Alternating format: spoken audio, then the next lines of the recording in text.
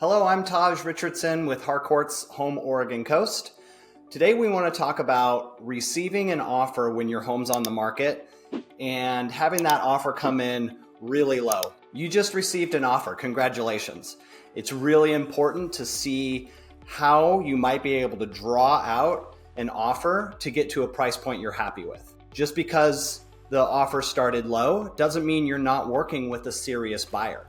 So try to set aside any presumptions about who these buyers are and see if you can figure out who they are through a conversation or a negotiation to get to a price point that you're happy with. Your own personal needs in selling your home are going to play into this a little bit. Are you at a price point that you began a little bit high and expected to maybe come down a little bit? Knowing what market you're in, if you're in a little bit of a buyer's market, you probably had that expectation going in that it was going to be an offer that came in below list price.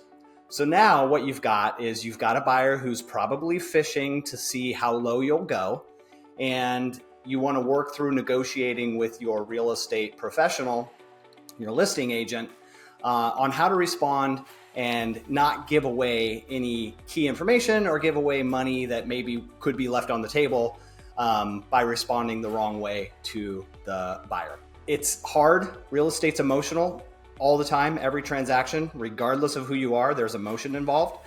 You have to do the hard part of setting that emotion aside, the frustration of a lowball buyer, lowball offer, and sit down with your listing agent and say, okay, here's what we need. We don't want to give away any information to the buyer.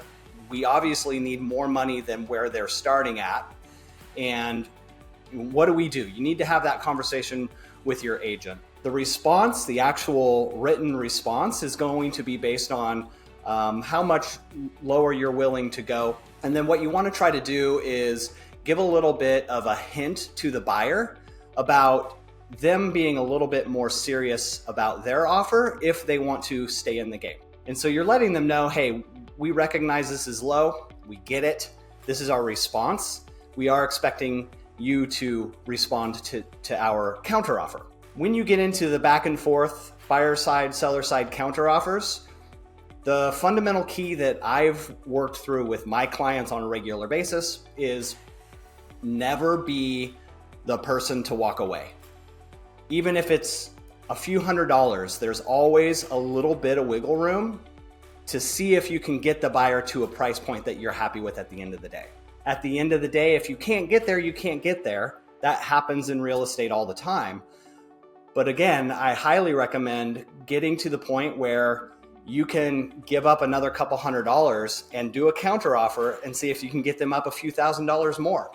Do that again and again until they walk away, and let them walk away. And you know at the end, you did everything you could to give that buyer a chance to buy your house. I'm Taj Richardson with Harcourts Home Oregon Coast here in Lincoln City. You can follow more of our YouTube videos. You can go to homeoregoncoast.com and get more of our content. And if you have any questions or want a video idea from us in the future, just reach out. You can give us a call, an email, a text, a message on any of our social platforms. We'll be happy to get connected with you. Thanks so much.